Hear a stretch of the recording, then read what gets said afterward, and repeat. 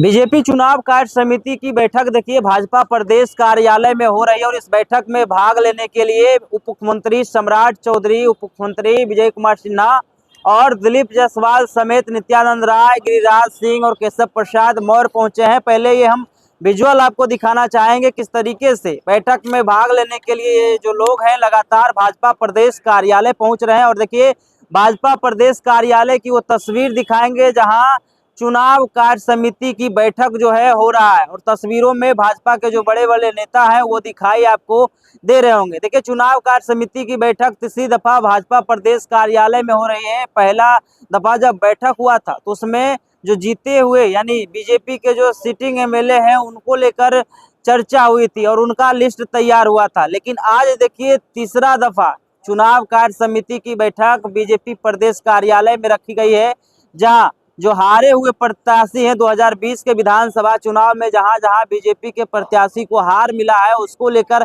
चर्चा होगी और उसी को लेकर जो है इस बैठक में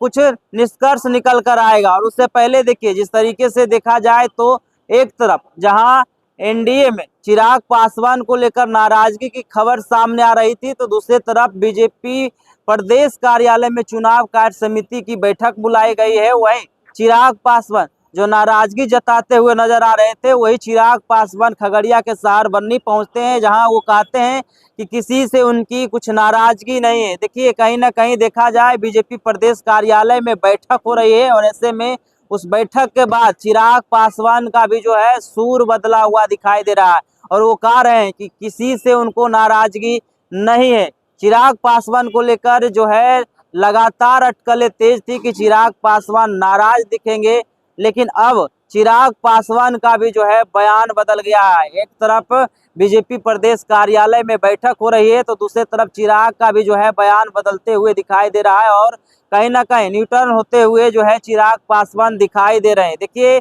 इस बैठक में बीजेपी के विधायकों को लेकर जो है